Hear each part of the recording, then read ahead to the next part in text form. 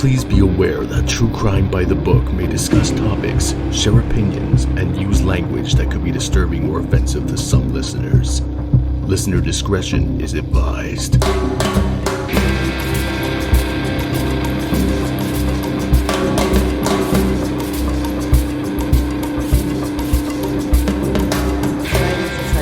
Bibliophiles, and welcome back to episode 18 of True Crime by the Book, where every week we get together and chit-chat about true crime books, documentaries, movies, yada yada yada.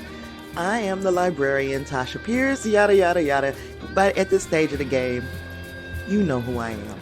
Unless this is your first time here, and then welcome to the show, welcome to the party. This week, we're going to do something even more different than we typically do here. I think we're going to talk true crime headlines. Like I said before, I am not an investigator. Unless, of course, you're my boyfriend and you leave your phone sitting next to me. I see that text message that says, "What you doing?" Now, I'm Cagney and Lacey. Both of them bitches. But anyway, since nobody out there is my boyfriend, you don't have to worry about me trying to put an investigator's hat on. But as a true crime aficionado, I will always have my opinions, as will you. Hopefully, when you hear my opinions or my thoughts on these cases that are currently in the headlines, you will reach out to me and let me know exactly what you feel. And I kind of feel like that's asking a lot, because one thing I noticed about the True Crime by the Book bookworms, y'all a bougie bunch.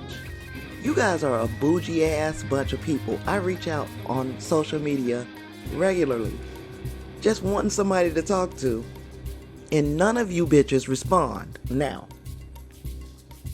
are we gonna be that kind of friend where I'm the one that's always got to reach out to you? Come on now, we better than that. Also, something else that's a little teensy-weensy bit different than a regular True Crime by the Book episode.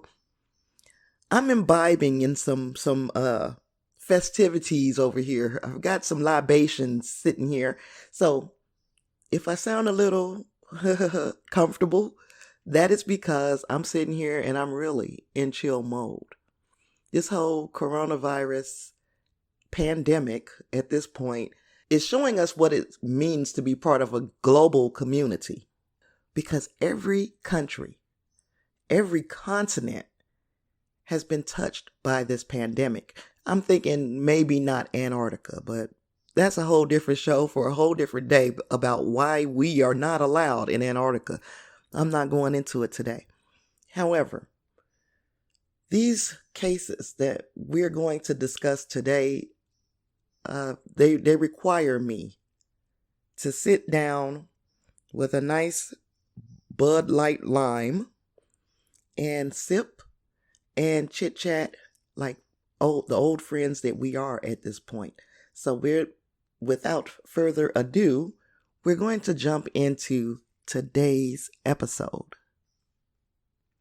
By the way, I might have lied, because I have been I've gotten some feedback from listeners. Like last week's listener request was from Harriet C. So she reached out to me and told me, "Hey, this is a book I think you should cover." Me and Karen T on Facebook have discussed The Most Dangerous Animal. I think that's the name of the book. There's also an accompanying documentary on Hulu that just was released. So, Karen, we made a good choice, because that book is now a documentary that we can really sink our teeth into. And Sarah K has also asked for a Catherine Casey book, I believe. Can't remember the title, but I have it written down. So those are my three superstars right now. Also, Crime Noir podcast.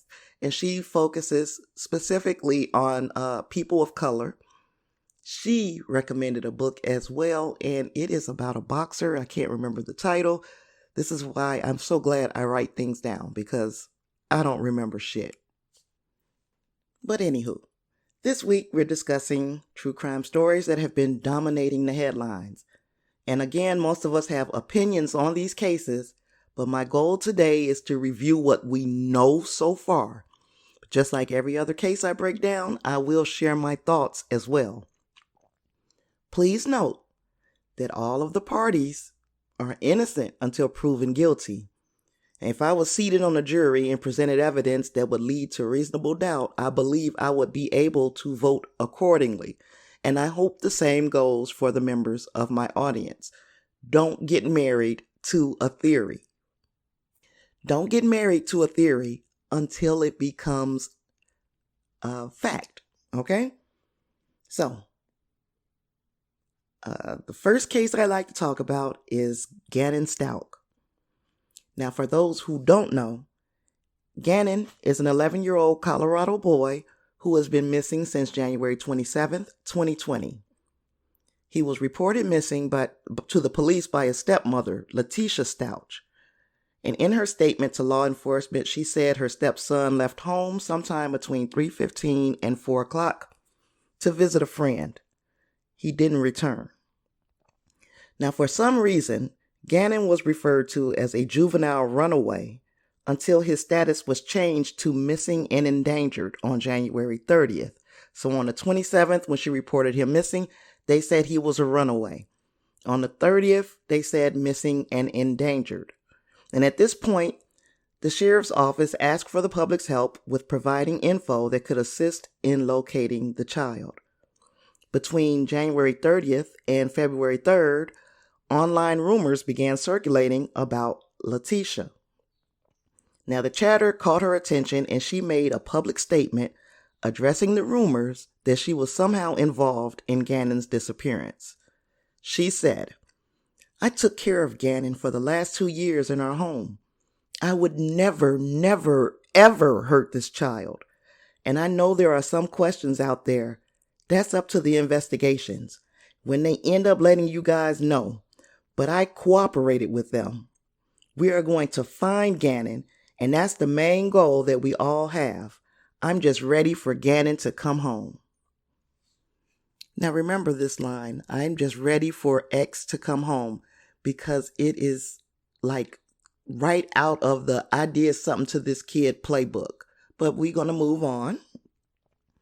She also said that death threats had been made against the family. So if we're out here threatening people's lives, we're not too much better than the people who are committing these crimes themselves. No, we need to let the investigators do their jobs. And do that they did. The FBI Child Abduction Rapid Deployment, National Center for Missing and Exploited Children, and Colorado Springs Police Department conducted ground and aerial searches and turned up nothing. Now, the case got a huge assist from Roderick Drayton, a neighbor of the Stauchs. He went through footage recorded by his home surveillance system and came up with some absolutely astonishing footage. There was a clip that showed Gannon and Letitia getting into a red pickup truck at 10:13 a.m. Now, when the truck returns 4 hours later, Letitia is alone. Now, Roderick stated to ABC News that he showed the footage to Gannon's father, Albert Stauch, and he broke down crying. He said, "She lied. She lied about the time. He didn't go to a friend's house." Now, on February 5th, Gannon's family, that's the dad Albert, mom Landon Hyatt, and sister Lena, appeared in a YouTube video pleading for information that would lead to finding him. They didn't address the rumors or the surveillance footage. They just wanted their kid back. Now, after weeks of public speculation, on March 2nd, Letitia was arrested in connection to Gannon's disappearance. But the charges are interesting. On March 11th, Letitia appeared in court to be formally charged. The charges are first-degree murder of a child less than 12 by one in a position of trust, child abuse resulting in death, tampering with a body, and tampering with evidence. Now, at this time, Gannon nor his remains have been recovered, and Letitia remains held without bond.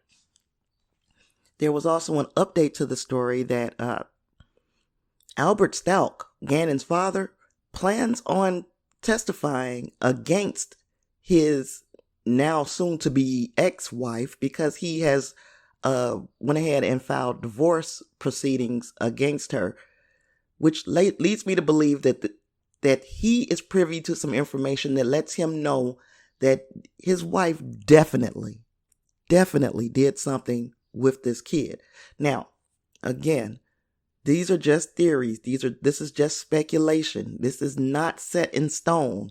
If Gannon were to walk into the room today, we would all be hella shocked, but at the same time, we don't expect that to happen. So what do I think about the Gannon-Stalk case?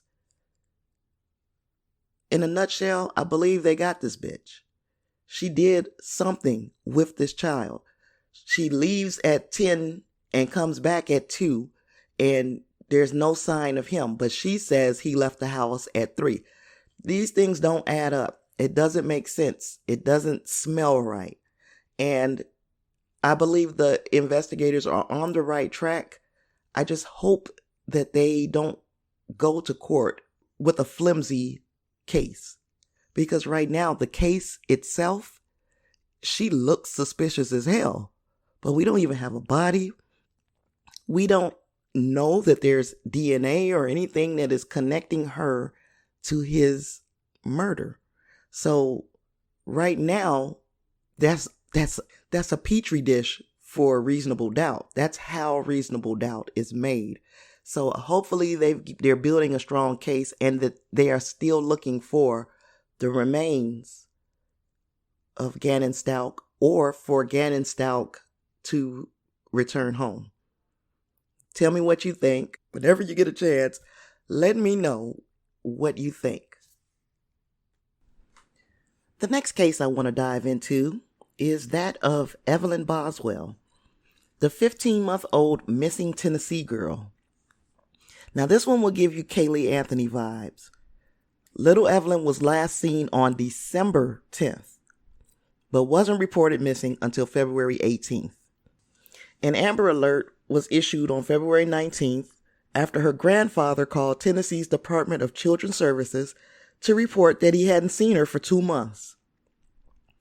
Now, on February 21st, a be on the lookout was issued for a silver BMW. The drivers of the vehicle were thought to be involved in the toddler's disappearance. The public still wanted to know why it took 2 months to report her missing. And the press caught up with Evelyn's mom, Megan Boswell, as she was leaving juvenile court. And I say juvenile, she was a teen mother. They asked the typical questions that one would ask the mother of a missing child, and she responded with, well, I'm gonna play a clip. I hardly ever do this, but just listen to the clip of this dumbass lady saying the same shit over and over. Like, her favorite food is like sweet potatoes. She's really sweet. She loves to give people kisses. Favorite song is Baby Shark. Just like that kind of stuff. Can you tell me, what's her favorite toy? She has a little Baby Shark puppet. What would y'all do together? Well, she loves to take baths. That was her favorite thing. And she had little shark toys that swim in the bath and stuff like that. How old is she now? She's 15 months today, actually. Can you tell me a little bit, so you said she's very sweet. Is she sweet with everybody, or just... She is. She loves everybody. Can you tell me a little bit about how you're feeling? Do you miss her? Are you worried? Of course I miss her, and I can't tell anything about the ongoing investigation, but I'm sure you all released an article about the car and stuff like that, so they have a pretty good idea of who has her. I mean, if they're watching at this point, we can bring her back. Is there anything you'd like to say to them if they're watching? I just want her back. Yeah, that's my child. Sorry, I know this must be hard. Why don't you tell me a little bit more about her? Do you have any pictures of her? Have you been looking Not on me, no. Not on you? Have you been looking at photos and stuff of her while you're... How are you coping with all of this? I just want her back. If you could tell her anything now, what would you say to her? I love her and I miss her, and then I'll be with her as soon as I can get to her any way I can. Is there anything that you can tell us about, like, what kind of baby she is? I know you said that it's hard to see. She's a happy baby. She hardly ever cries. She wants to wave and talk to everybody. She walks funny. She doesn't know how to pick her feet up, so she kind of wobbles. Is she talkative? She is. What, She giggles a lot. You'll smile at her, she'll just start giggling. She's very happy.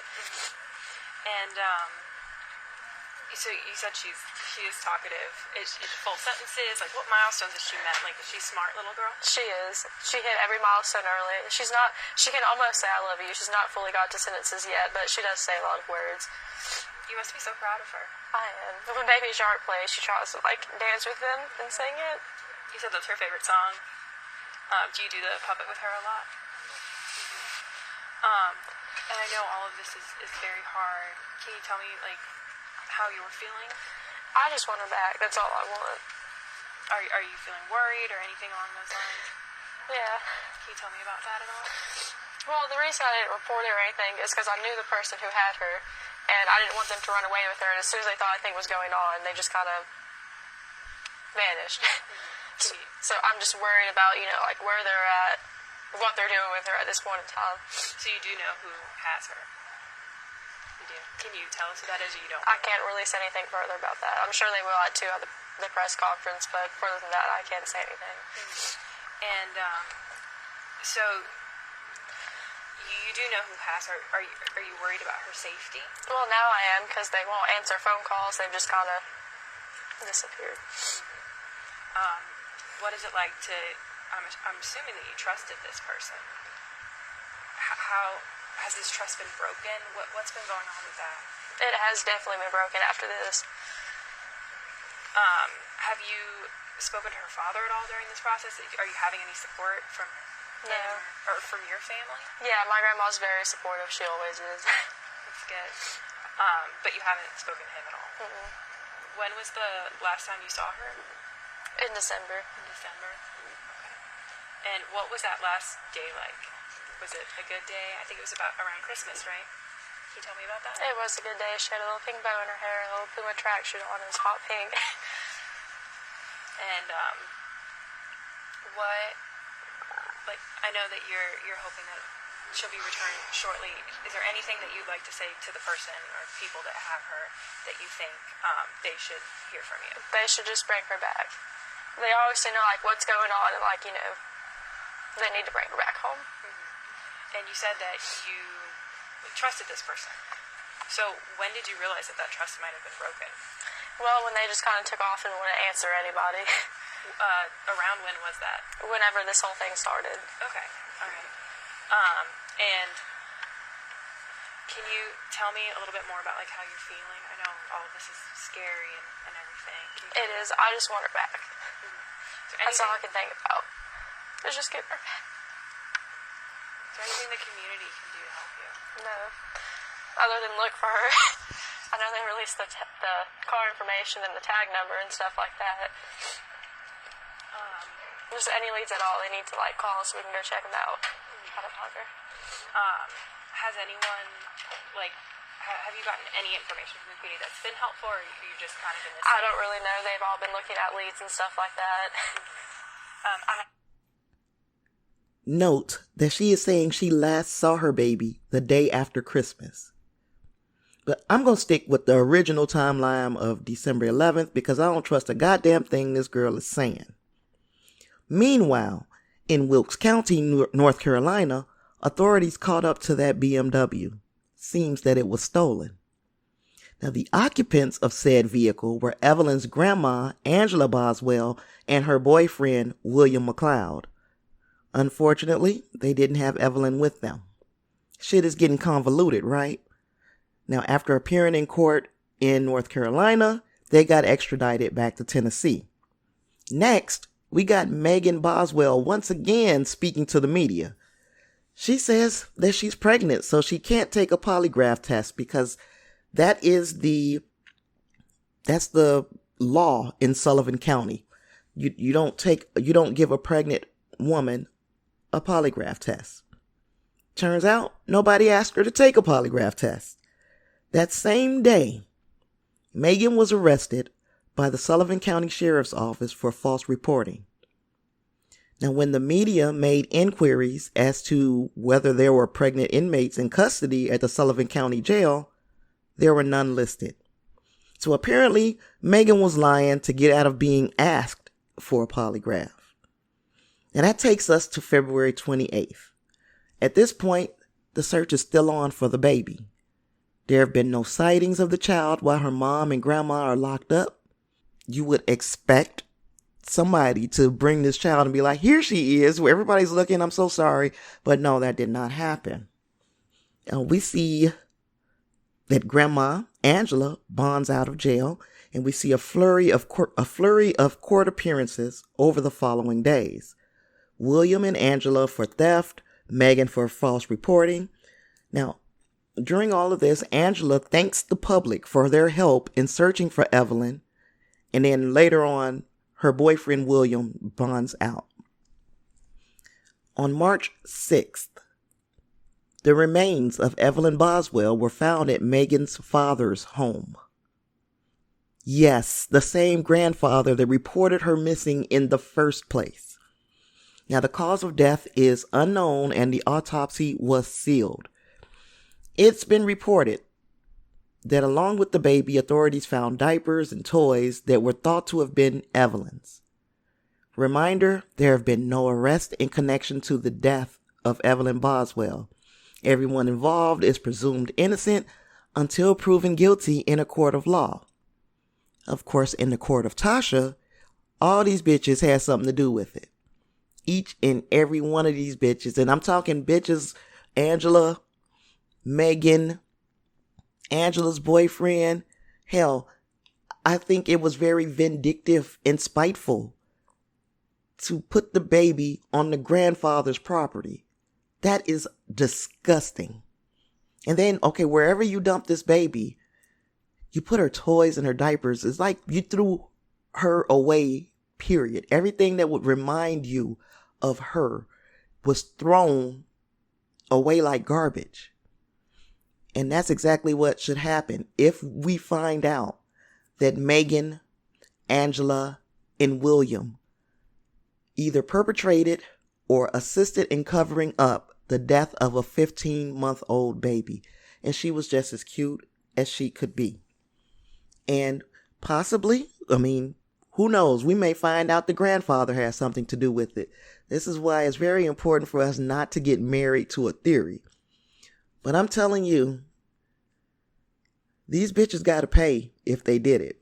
And that's in the court of Tasha. Now, I guess you can say that I saved the most twisted story for last. I'm sure most of you know what's coming. The disappearance of JJ and Tylee Vallow. Now, this case has so many twists and turns, it should really be an episode all by itself. And I'm pretty sure at some point when the whole story comes together and we know exactly what happened, it will be an episode all by itself. Well, it jumps off with a set of grandparents who haven't seen their grandchild since September. Now, they contacted police to conduct a well-being check at the home where their 7-year-old grandson, JJ Vallow, lived with his adoptive mother, Lori, and his sister, Tylee, who was 17. But to totally see the full picture, we need to travel further back in time to February of 2019. That's when Charles Vallow, the children's father, filed for divorce from Lori Vallow. Now, he claimed that she had begun to act erratically and refused to get help. This erratic behavior seems to be like religious in tone. As it stands, the family were Mormons, and typically they are not like doomsday type people. They don't look forward to the end of the world and start trying to prophesy it. But that's exactly what was going on with Lori. She began to feel like she was a god. And those thoughts were fueled by the kind of counter Mormonism beliefs of one Chad Daybell. And we will be formally introduced to Chad Daybell a little later in this story. Okay, so she was acting erratically, refused to get help. In early March, he pulled JJ out of school, took him to Texas to be near his family. Now, by June, he had come back. He was going to try to make the marriage work with Lori, and she re-enrolled JJ for summer classes. Now, this had to be a difficult time for JJ because he is autistic. So having that routine in a set, stable environment is kind of important to him. So now on July 11th, by this time, Charles had decided, we will go ahead and go forward with this divorce. He was at the home of Lori and the children when he and Lori got into an altercation over his cell phone. And he caught her going through his phone, and then an argument ensued. Now, Lori's brother, Alex Cox, was there, and he claims that he and Tylee tried to intervene in the fight. Tylee supposedly grabbed a bat and was using it to defend her mother. The bat was apparently snatched by Charles, and he apparently struck Alex in the head with it. At this point, Alex retrieved his handgun and shot Charles, killing him. So now, Lori's husband, Charles, is dead. Alex then calls 911 and reports that he killed his brother-in-law in self-defense. The police came out and did their report, noting that Lori seemed really nonchalant about the death of her ex-husband. In fact, that same day, she hosted a fucking pool party. The very next day, she called the insurance agency that they had life insurance through, tried to cash in on Charles's $1 million life insurance policy, only to be told that he had already changed his beneficiaries. That's right. Charles knew something was up. It's so unfortunate. And there's so much more to the backstory of Charles and Lori. And again, we're going to revisit this. So some of this shit you're going to have to look up for yourself, and we'll discuss it more in depth at a later date. Or you can watch the freaking Dateline episode about this case that aired, I believe, on Valentine's Day. So if you want to know more, watch that episode of Dateline, because shit got crazy, really crazy. So anyway, she hosted the pool party. She got shocked when she found out that her husband, her soon-to-be ex-husband, now deceased husband, had already changed his beneficiaries. On August 30th, Tylee FaceTimed with her older brother. So this was the last time he would see her. Now, his mother would make excuses as to why Tylee was unavailable all the time when he tried to reach her after this date. He even thought it was strange, because how is Lori able to intervene on these telephone calls all the time when a teenage girl is not letting that phone out of her sight? Get it? So on this same day, August 30th, Lori arranged to have JJ's autism service dog picked up. Now, this was a strange request because JJ needed the dog to calm him and help him cope with anxiety. And the dog also assists him in being independent and performing regular daily activities. On September 5th, following this, JJ was once again pulled out of school by Lori. She claimed to be moving to California to start a new job. Instead of Cali, the family moved to Rexburg, Idaho. Although the date is a little bit fuzzy, but we do know this.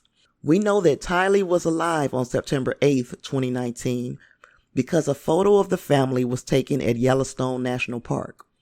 This is, however, the last public sighting of Tylee. Now, on September 17th, a neighbor's doorbell camera records JJ playing in the yard in Idaho. The neighbors were keeping an eye on him as it seemed that he was left unattended for hours at a time.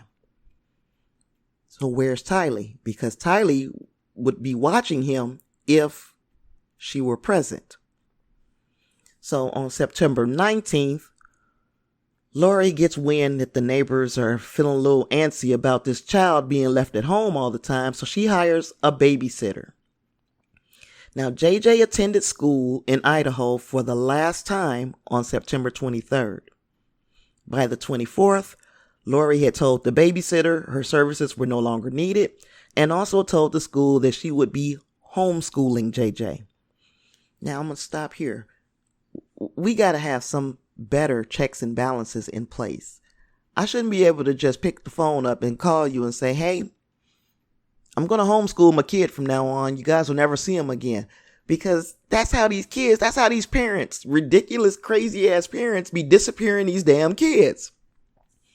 We need better checks and balances. Now, at the beginning of October, Lori rents a storage unit. Now, of course, we don't know this now, but after a search warrant was issued for that storage unit, some of the kids' belongings and photo albums, among other things, were found inside. So things that kids need, like their bike. Why would you put baby pictures of your child in a goddamn storage locker? It's just, that doesn't add up. Now, on October 2nd, Brandon Boudreaux, who is the ex-husband of Lori Vallow's niece, Melanie Boudreaux, says he was shot at in a drive-by shooting. Now, Brandon says the shooter was Alex Cox, Lori's brother, and he was driving Charles Vallow's Jeep.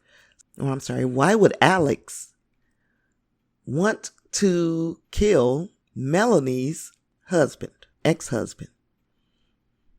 And why would he be driving his dead, by his hands, brother-in-law's Jeep? But we're going to keep moving. We're going to push forward. We're going back to Chad Daybell now. So Chad Daybell was the guy who had this counter-Mormonism set of beliefs, and he would appear on podcasts and the such. And Lori got very, very entranced with his message. And his message is pretty much a doomsday message. And they have these 7 missions that have to be accomplished before the apocalypse can come. And it's wild. I put a video on Facebook on the Facebook page, TC by TB. And that video kind of explains some of the wild shenanigans that they believe in. But Chad Daybell is a married man. Unfortunately for him, he keeps having visions of his wife dying. So he's been saying for some time, my wife's going to die, my wife's going to die, my wife's going to die. On October 19th, 2019, Tammy Daybell, wife of Chad Daybell, dies in Idaho. Now, the coroner originally said it was natural causes, and then she was buried a few days later. Okay, so that was October 19th. On November 1st, the authorities start watching Lori. They have not seen JJ once during the whole month of November. On November 5th, Chad Daybell, whose wife died on October 19th, and Lori Vallow got married in Hawaii. Children missing. All this death just happening to happen around them. They get married in Hawaii. So now Lori is Lori Daybell. Okay, on November 26th, that's when the welfare check was requested at a home in Rexburg. Now, when they get to the home, officers say that Lori and Chad say that the children are with a family friend in Arizona. That was November 26th. November 27th, those children were not located in Arizona, so police returned to the townhouse with a search warrant to find JJ Vallow. Unfortunately, when they got there, the house is empty. They learned after further investigation that Lori and Chad had split, possibly without the children.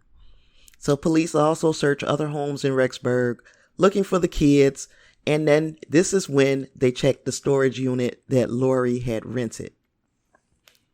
Okay, fast forward, December 1st. Lori and Chad are on their way back to Hawaii. They fly from Los Angeles to Kauai. Neither of the children are with them. On December 6th, a family friend called the police. The family friend from Arizona calls the police and says, hey, Lori and Chad asked me to lie and tell you guys that JJ was with me, but he is not with me. I don't know where this child is. On December 11th, all this shit ain't adding up. So they exhume Tammy Daybell's body to determine if her cause of death was natural causes. Okay. Shit's still getting crazy. It's still more to the story. Because on December 12th, Alex Cox, who you remember is Lori Daybell's brother. This is the brother who killed her ex-husband, Charles Vallow. He dies. Just mysteriously dies. This death has not been, the cause of death has not been released to the public. At this point, he had married someone else who was in this whole counterculture of Mormonism. He married someone, and then days later, he's dead. December 20th, the police start saying, hey, I need the public's help. We need the public's help in finding JJ Vallow and Tylee Ryan. December 21st, police name Chad and Lori. They're saying that those two are wanted for questioning in connection to the children's disappearance. These two fuckers ain't saying shit. They're not talking, period. Police updated the public on December 30th, and they did the whole Facebook thing, put details on the case, because they think that Lori knows the location of the children or what happened to them, and she's still refusing to speak. So now that she let on my birthday this year, January 2nd, she let the storage facility go. The business tried to bill her. Her credit card was declined, which means all of the memorabilia of her children, which means the bikes, the photos, the photo albums, and all of that is now lost because she didn't pay the bill. And it's really seeming like Lori Vallow is giving zero fucks. Okay, so police execute a search warrant at Chad Daybell's home in Fremont County, Idaho on the 3rd of January. On the 7th of January, the grandparents of JJ Vallow offer a reward for any information leading to the children. Now, the state of Idaho on the 16th of January decided that they were going to file a protection order in Madison County on behalf of the children, and that ordered Lori Vallow to produce her kids. Shortly after, on the 25th of January, Lori and Chad were found in Hawaii. They gave them the final demand in Hawaii to produce the children to the Idaho Department of Health and Welfare within 5 days. Now, search warrants were being executed as well in Hawaii, and they were checking Lori, Chad, and their SUV, and they found numerous things belonging to the children, including their birth certificates. They also were said to have found Tylee's cell phone and JJ's iPad. Police also searched their condo. So, temporary guardianship request was granted for Larry and Kay Woodcock, the grandparents of Joshua J.J. Vallow. That is, if he turns up, they will get guardianship of him. Now, on January 30th, and I know this is a lot of dates and a lot of crazy shit going on, but just stick with me. On January 30th, the deadline to produce the children to Idaho authorities was missed by Lori. So on January 30th, Lori should have had her ass thrown in jail, but she did not. They let her just walk free, even though she had basically gave the courts the fucking middle finger. Now on February 14th, that's when that Dateline episode aired. So Keith Morrison, that's my boy. I'm pretty sure that's all of our boy, but that's my boy. He calls the story one of the most bizarre stories he's ever encountered in this business. And remember, he was covering that story, What About Pam? And if you don't know about What About Pam, there is a wonderful podcast on Dateline that you have to listen to. You can find Dateline on any of your favorite podcast apps. What About Pam is a crazy story. And if he's saying this story is crazier, god damn. And it is. It is. Now, on February 20th, Lori was arrested on Kauai Island by the police on multiple charges, including desertion and non-support of dependent children. February 21st, Lori appeared in court. And let me tell you, this bitch comes to court, asks and has her attorney ask for her bond to be lowered from $5 million to $10,000. The judge refuses. And this is a smug bitch. I'm telling you, she was smiling and she just makes me sick. Okay. It's also announced that Vallow has agreed to be returned to Idaho to face the charges filed against her. So, March 5th, she arrives in Idaho and she's booked into jail. Now, once she's booked into jail again, she wants her bond reduced. They do end up reducing her bond from $5 million to $1 million. Just recently, she said, well, you know what? This judge has seen a case that concerned J.J. Vallow before. So he should recuse himself on those grounds. And there was a lot of hemming and hawing about whether that would be done. And eventually that judge did recuse himself. And now there is a female judge. And I don't know if she really wanted that in her life because, you know, we don't play. We all are mama bears, even if we don't have children. So she might have just made a tactical error in saying that she wanted a new judge. So the bond was lowered to $1 million, but not a bondsman in Idaho want to touch that bond with a 10-foot pole because the bitch is a flight risk. She's already shown that she does not have any respect for the rule of law. And now we're going into speculation territory. Everything I said so far, besides my little asides, everything else I said so far has been pretty much fact. Now I'm going to start speculating. She believes, according to their doomsday little cult that they're in, offshoot of Mormonism, they believe that the world is going to end, I believe it's July 20th of 2020. So that means, as far as they're concerned, this world only has a few more months left. So is it possible that she's holding off on cooperating because she's just waiting for the fucking world to end? That is a possibility.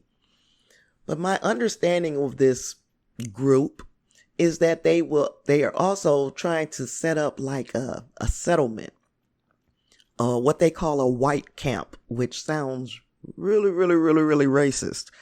But people who are brought together under this common belief that the world is going to end in July of 2020, they are attempting to make a settlement, and they are some of the missions that are on the 7 mission list that Chad Daybell has spoken about is setting up a government, setting up a person, putting a person in charge of distributing food. And so they believe that for some reason, they're going to be alive. And I'm going to do a lot more studying on this faction of people. But they believe that they are going to survive this upcoming apocalypse, and that Lori and Chad are somehow the leaders, and that's why they kind of got married. And a lot of people think Chad is the brains behind this whole thing, but I honestly believe it's Lori. I believe that Lori is the person who's pulling the strings, because she just don't give no fuck. She shows up. First of all, who the fuck gave this bitch lipstick? She showed up in court with lipstick on, her hair all juicy and shit. So I'm wondering to myself how serious she's taking this shit. And the fact that nobody has publicly seen her children now since September for months. So do I think that she has killed these children? Although it's a possibility, I'm going to say no, and I'm going to tell you why. She believes the world is ending. She doesn't want anybody to know where this settlement is that they're trying to set up. So her and Chad have been making moves that is outside of what the rest of the followers of this belief are doing. So I believe that those people are in charge right now of setting up the settlement. And Lori and Chad are trying to keep all eyes over here while they doing that over there. Why won't she present the children? Because she feels like she's protecting the children. So she feels like the safest place for them is probably on this settlement with all these believers who are going to survive. The biggest questions are, well, why would she have Tylee's phone? Why would she have JJ's iPad that he was very attached to? And why would she get rid of JJ's service dog if these children are still alive? And I submit that she did all of those things because all of those things can be tracked.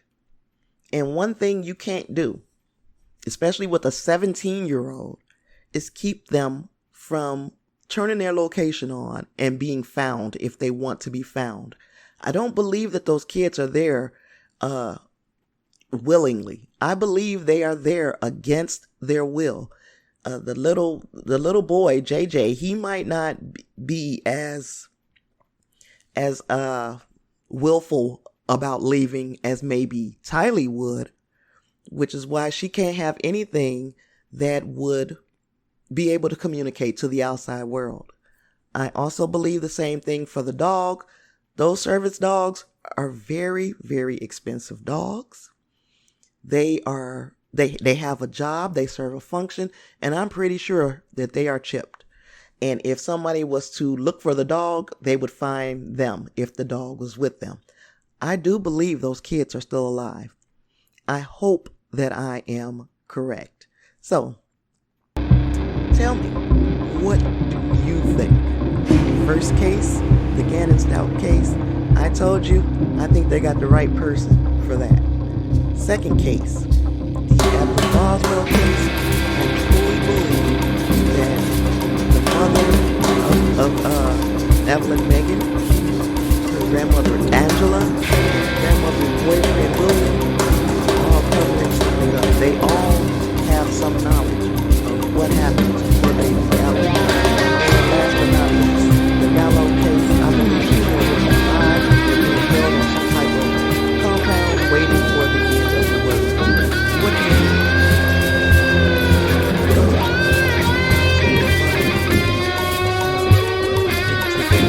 One period. Pretty tips. So, yes, I don't have a whole lot more to say. I did get one review together. Thank you, listeners and True Crime from Apple Podcasts. Thank you for your very nice review and for saying that I got street cred. Yeah, people back where I live be like, oh, she's a square. I've been through some shit, but yeah, street cred, I like that. So, join me here again. The next episode will be episode 19. Oh, I got some surprises coming up for you guys. Got some surprises coming up for you guys. Yeah. I'm excited, and I hope you guys look forward to what we got coming down the pipe. Until then, please, ratings, reviews. I ain't about to beg for money because I know all of us is on coronavirus quarantine, so I'm not about to. Don't worry about money. Just ratings, reviews. Since we're at home, we got plenty of time. All your favorite podcasters will appreciate a review. Also, wash your damn hands. Be safe. Be sterile. Be well. Catch you in the next one. Later, bookworm. Elijah, are you ready to bring on the weird? Yes, Will, I am. Are you ready to bring on the weird? Did you just make a Will I Am joke? Yeah, I did. Nice. I'll allow it. Anyway, we're just a couple of harmless guys digging into weird things we don't know much about. We're just trying to figure out what the hell is happening in the world outside our homes. Do we get things wrong? Without a doubt. Are we learning from those mistakes? Not anytime soon. Are you entertained by the crap we're talking about? Of course. That's why I always listen to the show. You listen? Alright, what do you like to listen to about the show? I like aliens, conspiracies, cryptids, NWO, shadow government, you name it. What? Oh, hold on. Do the aliens come from inside the Earth instead of interstellar travel? What made the conspiracy start? Why did that cryptid evolve to do the things it does? Who runs this NWO? Listen in as we dive into all manners of subjects as we bring on the weird. You can find us on Twitter, Instagram, Facebook, and Reddit. You can listen to clips of our episodes on our YouTube channel. Listen, rate, and review us on Apple Podcasts and Podchaser.com. You can also listen to us on Spotify, Stitcher, or wherever else you listen to your favorite podcasts.